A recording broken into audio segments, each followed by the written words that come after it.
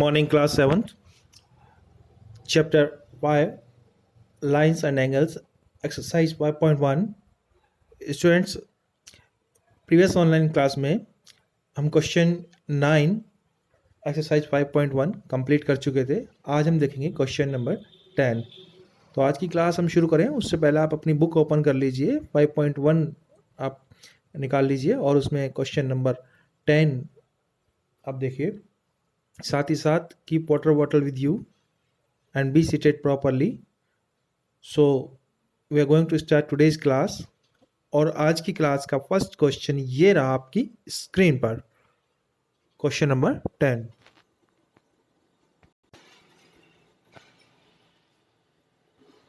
Indicate which pairs of angles are vertically opposite angle, और second है linear pair. सबसे पहले हमें बताना है कि जो ये नीचे डायग्राम दिया हुआ है, इस डायग्राम में कौन से एंगल ऐसे हैं जो वर्टिकली अपोजिट एंगल हैं। तो वर्टिकली अपोजिट एंगल बताने से पहले हमें ये पता होना चाहिए वर्टिकली अपोजिट एंगल होते क्या हैं। ओके, आइए पहले वो देखते हैं।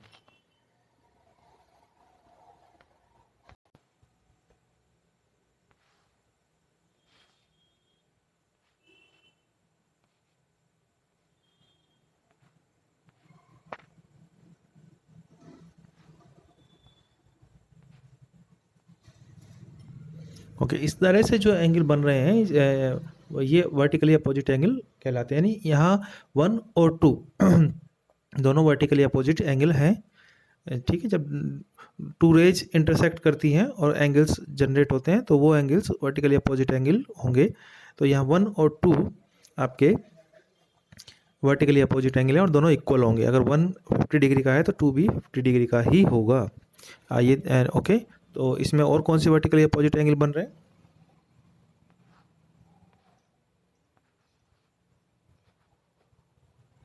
तो 3 और 4 ये भी वर्टिकली अपोजिट एंगल हैं। ओके, तो ये भी आपको दोनों इक्वल होंगे। आइए अब देखते हैं जो क्वेश्चन हमें गिवन है उसमें कौन कौन से वर्टिकली अपोजिट एंगल है। आप या फिर बिल्कुल साधारण भाषा में समझ सकते हैं। जो सीजर देखा है आपने, कैंची की शेप में जो एंगल बन रहे हैं, जैसे ये कैंची हो गई एक, इसमें जो एंगल बन रहे हैं ये वर्टिकली अपोजिट एंगल होते हैं, है ना, क्रॉस में जो बन रहे हैं, और ये इक्वल भी होते हैं ना। तो आइए देखते हैं आज जो फिगर हमें गिवन है उसमें इस तरह के क्रॉस वाले एंगल कौन कौन से बन रहे हैं।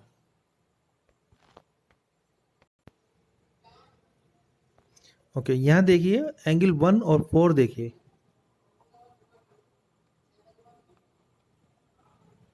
ये दोनों क्रॉस में बन रहे हैं और ये दोनों ही वर्टिकली अपोजिट एंगल हैं। मैं इसको अलग से ड्रा करके दिखाता हूँ आपको।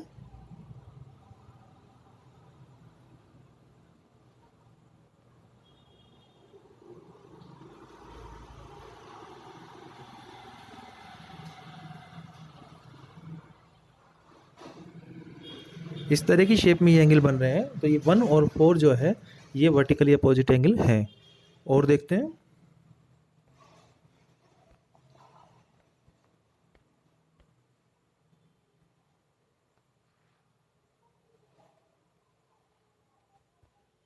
ये जो 5 है और एंगल 2+3 है ये वर्टिकली अपोजिट एंगल हैं। देखिए 5 जो है वो कौन कौन सी रे से बन रहा है?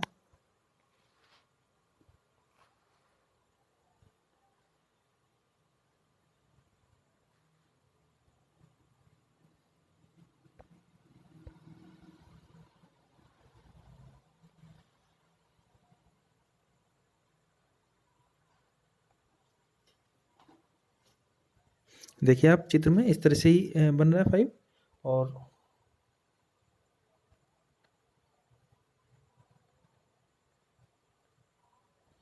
इसके अपोजिट में जो एंगल बन रहा है वो 2+3 है। तो 5 और 2+3 ये दोनों क्रॉस में बन रहे हैं ना, ये दोनों वर्टिकली अपोजिट एंगल है। ओके,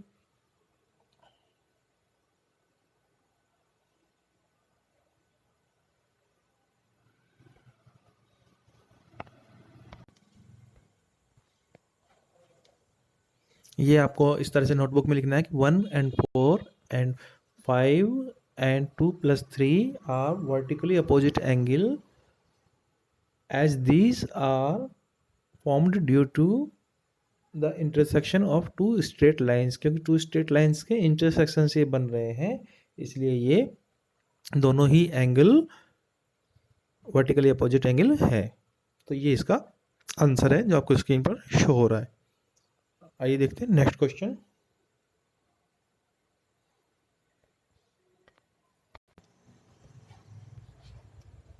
नेक्स्ट क्वेश्चन में टिक किया हुआ है, आपको ये बताना है कि इसमें से कौन कौन से एंगल ऐसे हैं जो लीनियर पेयर है।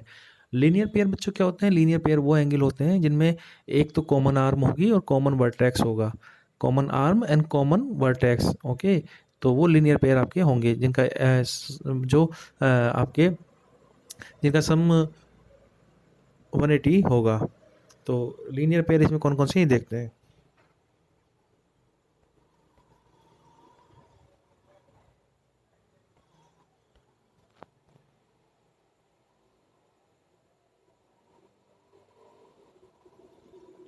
वन और फाइव को आप देखिए, मैं इसको अलग से भी ड्रा कर रहा हूँ।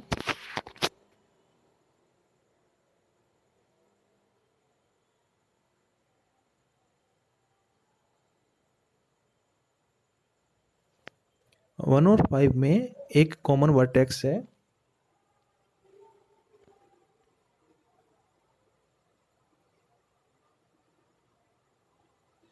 ये जो मैंने एरो से बताया और सर्किल किया है पिंक, ये वर्टेक्स है, तो ये कॉमन है जो दोनों ही एंगल में काम आ रही है, वन में भी और फाइव में भी।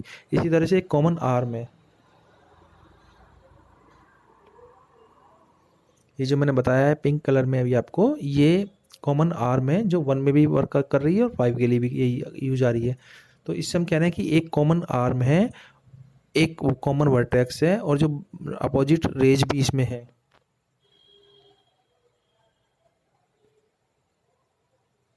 ये दोनों अपोजिट रे हैं, तो इसलिए ये पेयर जो होगा ये वर्टिकली सॉरी लीनियर पेयर होगा। तो वन एंड फाइव इसका लीनियर पेयर है। और देखते हैं,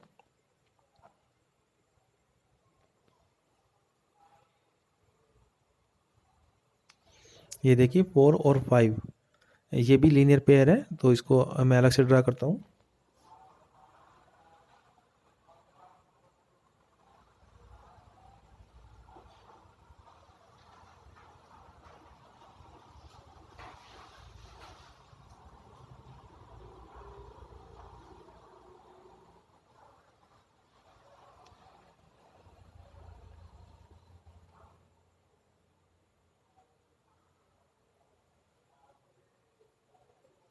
ये देखिए जो मैंने सर्किल किया है और एरो से बता रखा है, ये कॉमन वर्टेक्स है जो फोर और फाइव दोनों ही एंगल के लिए यूज आ रही है। ओके, और एक कॉमन आर्म है जो फोर और फाइव दोनों ही एंगल में यूज आ रही है। ये जो मैंने अभी पर्पल कलर से एरो किया है, ये कॉमन आर्म है जो फोर और फाइव दोनों में यूज आ रही है। और इसी तरह से अपोजिट इसमें रेज है,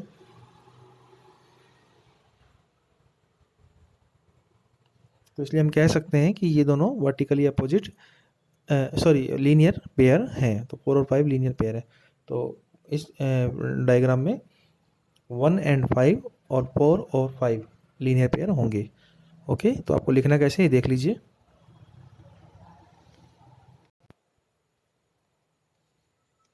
ये आपको इस तरह से नोटबुक में करना है कि one and five and four are linear pair because they have common vertex and also common arm, okay, and opposite rays. आइए देखते हैं next question.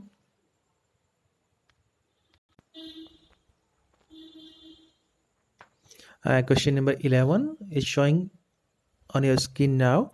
The question is, in the following figure, angle 1 and angle 2 are adjacent. Give reasons. क्या ये दोनों angle adjacent हैं? तो students आपको remember होगा कि जब हमने एडजेसेंट एंगल आपको सिखाए थे तब बताया था कि एडजेसेंट एंगल्स में कॉमन वर्टेक्स होता है, यानी कि एक ही पॉइंट से वो दोनों एंगल बनते हैं। तो यहाँ आपको कोई कॉमन वर्टेक्स दिख रहा है क्या? देखिए, मैं इस डायग्राम को एक बार बड़ा करके आपको दिखाता हूँ।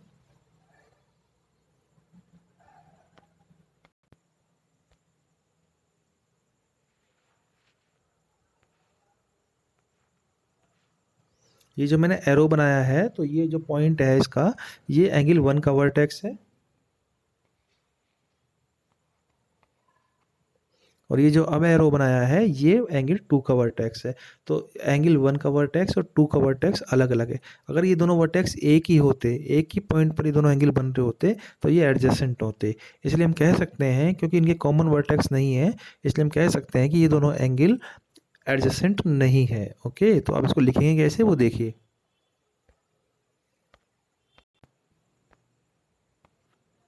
आप लिखेंगे angle 1 and 2 are not adjacent as they have not common vertex, क्योंकि उनका वर्टेक्स कॉमन नहीं है, इसलिए वो दोनों एडजेसेंट नहीं होंगे।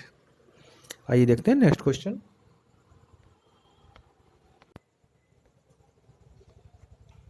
स्टूडेंट्स, आपको क्वेश्चन नंबर 12 स्क्रीन पर शो हो रहा है। इस क्वेश्चन में आपको एक्स वाई जेड के वैल्यूज़ फाइंड करने हैं। तो एक आपको डायग्राम मिलेगा, उस डायग्राम से आपको एक्स वाई जेड के वैल्यूज़ फाइंड करने हैं।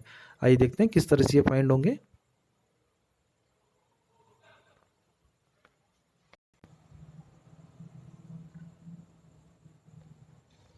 देखिए ये डायग्राम है, और जो आपको क्रॉस में एंगल दिखाई दे रहे होंगे, वर्टिकली अपोजिट एंगल जिन्हें हम बोलते हैं, तो वर्टिकली अपोजिट एंगल कौन कौन से हैं? ये है एक्स और 55।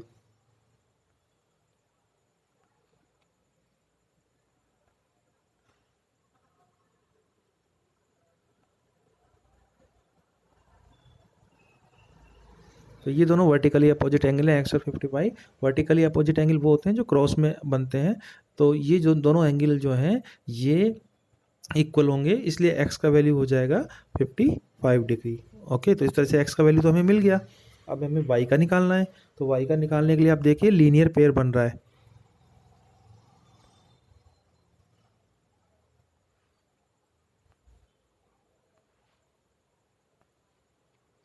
वाई और 55 का लीनियर पेयर बन रहा है। लीनियर पेयर जो होता है उसमें एक कॉमन आर्म होती है, कॉमन वर्टेक्स, तो इसमें है, तो वाई और 55 का लीनियर पेयर बन रहा है।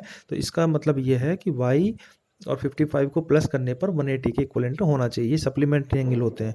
तो वाई प्लस 55 इक्वल टू 180 होना चाहिए।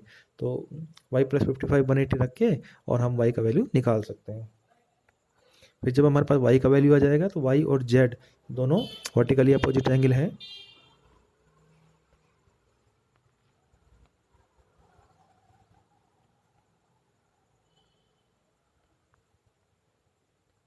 क्योंकि ये क्रॉस में बन रहे हैं, इसलिए ये दोनों इक्वल होंगे। तो जो y का वैल्यू आएगा वही z का भी वैल्यू होगा। आइए देखते हैं इसका solution.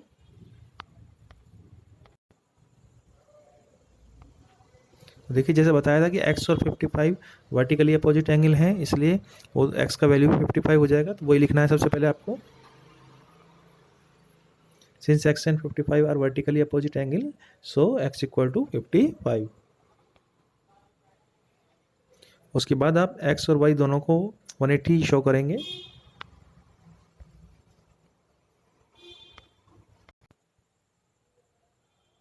x plus y equal to 180। अब x का वैल्यू 55 हमने निकाल लिया था, क्योंकि वो 55 के इक्वल था, वर्टिकली अपोजिट एंगल था।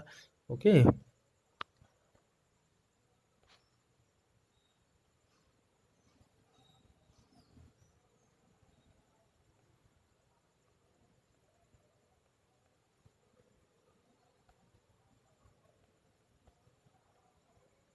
तो x इक्वल टू 55 आ गया। y प्लस 55 मिल करके हो गया 180। ये 55 आर एच एस में जाएगा तो माइनस का हो जाएगा।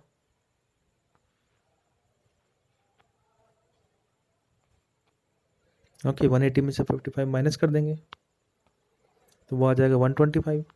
तो इस तरह से y का वैल्यू आ गया 125, और y और z आपस में इक्वल हैं, इसलिए z भी हो जाएगा 125।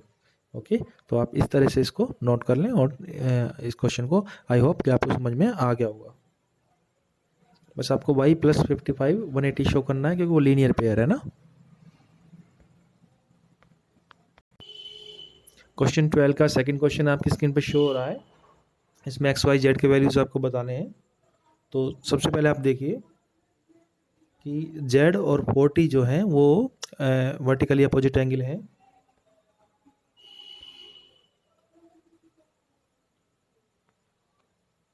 ये देखिए,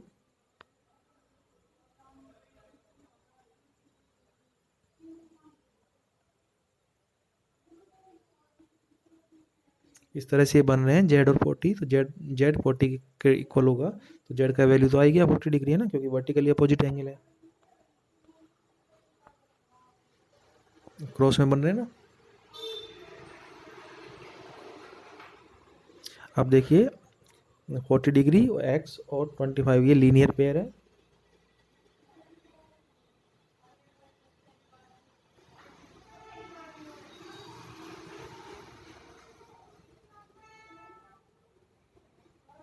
या y और 40 लीनियर पेयर ले सकते हैं आप।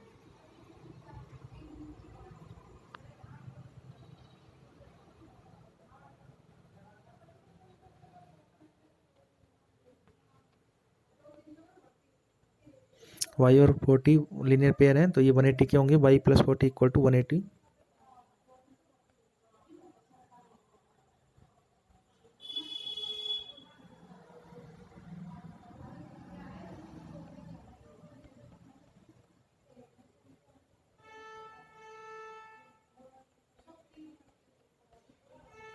इस तरह से y का वैल्यू आ गया 140 डिग्री, तो y 140 आ गया और z आ गया 40।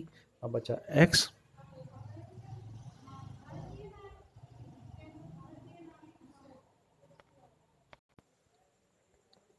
ये देखिए जो x है 40 डिग्री और 25 डिग्री, ये सभी एक स्ट्रेट लाइन पे बन रहा है,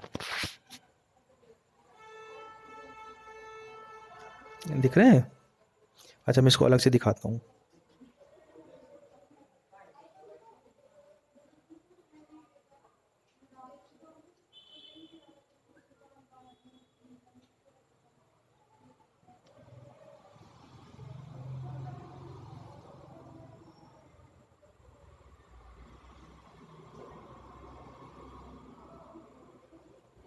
ये जो मैंने साइड में ड्रॉ किया है ना, इसको आप अपने इस फिगर से मैच कीजिए, आप देखेंगे एक स्ट्रेट लाइन पर ही तीनों एंगल बन रहे हैं,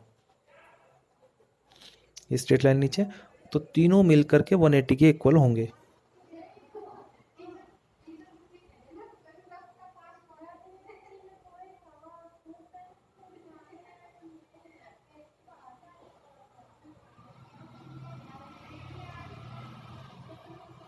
तीनों मिल करके 180 के इक्वल होंगे। अब 40 और 25 को प्लस कर लेंगे, 65 हो जाएगा।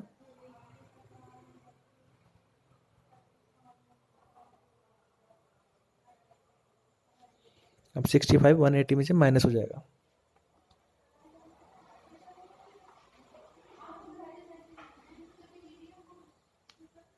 तो यही x का वैल्यू होगा।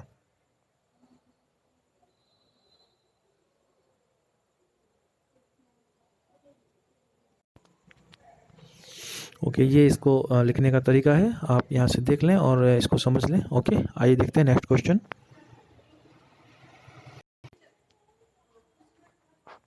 क्वेश्चन 13 देखेंगे, fill in the blanks. If two angles are complementary then their sum of measure is, उनका जो मेजरमेंट है उनका सम कितना होता है अगर कॉम्प्लीमेंट्री है, तो ऑब्वियसली 90 डिग्री होगा, क्योंकि हमने आपको बताया था कि जब दो एंगल का सम 90 डिग्री होता है तो वो कॉम्प्लीमेंट्री होते हैं। तो इसलिए अगर इसमें कहा है कि जो जब दो एंगल कॉम्प्लीमेंट्री है तो उनका सम कितना होगा 90 डिग्री, तो फर्स्ट का आंसर आएगा 90 degree.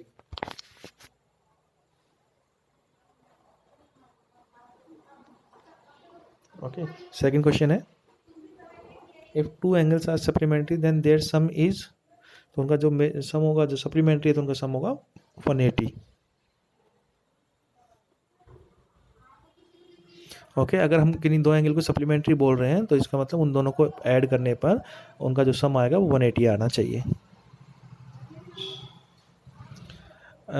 To angles forming linear pair are, अगर दो एंगल लीनियर पेयर बना रहे हैं तो वो हमेशा उनका सम 180 होता है, तो इसका मतलब ये हुआ लीनियर पेयर है तो उनका सम 180 होगा, तो वो सप्लीमेंट्री एंगल होंगे, तो इसका आंसर आएगा सप्लीमेंट्री एंगल्स।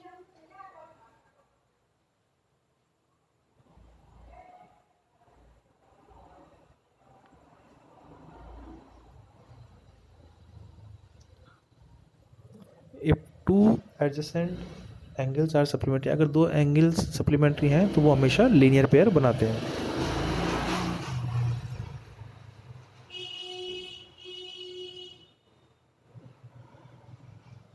लीनियर पेयर इसका आंसर आएगा।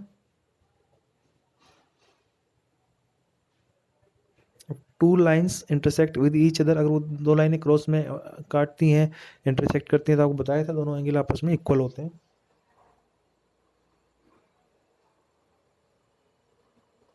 बताया था ना, इस तरह से क्रॉस करती हैं तो 1 और 2 आपस में इक्वल होंगे, तो इसलिए इसमें आएगा इक्वल।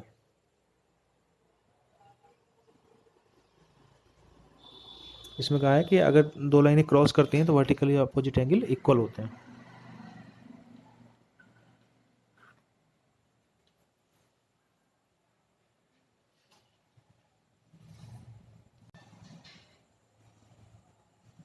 लास्ट क्वेश्चन इसका कि if two line intersecting each other and one pair is acute angle, तो जो अदर पेयर है वो हमेशा ऑब्ट्यूस एंगल होगा, तो इसका आंसर आएगा ऑब्ट्यूस एंगल।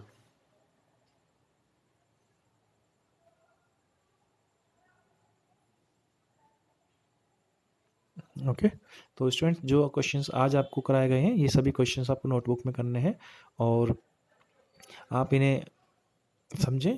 और अगर आपने पिछली क्लास नहीं ली हो तो उसका लिंक भी डिस्क्रिप्शन बॉक्स में दिया हुआ है, वहाँ से वो भी आप ले सकते हैं। ओके, तो आगे क्वेश्चन देखेंगे नेक्स्ट क्लास में।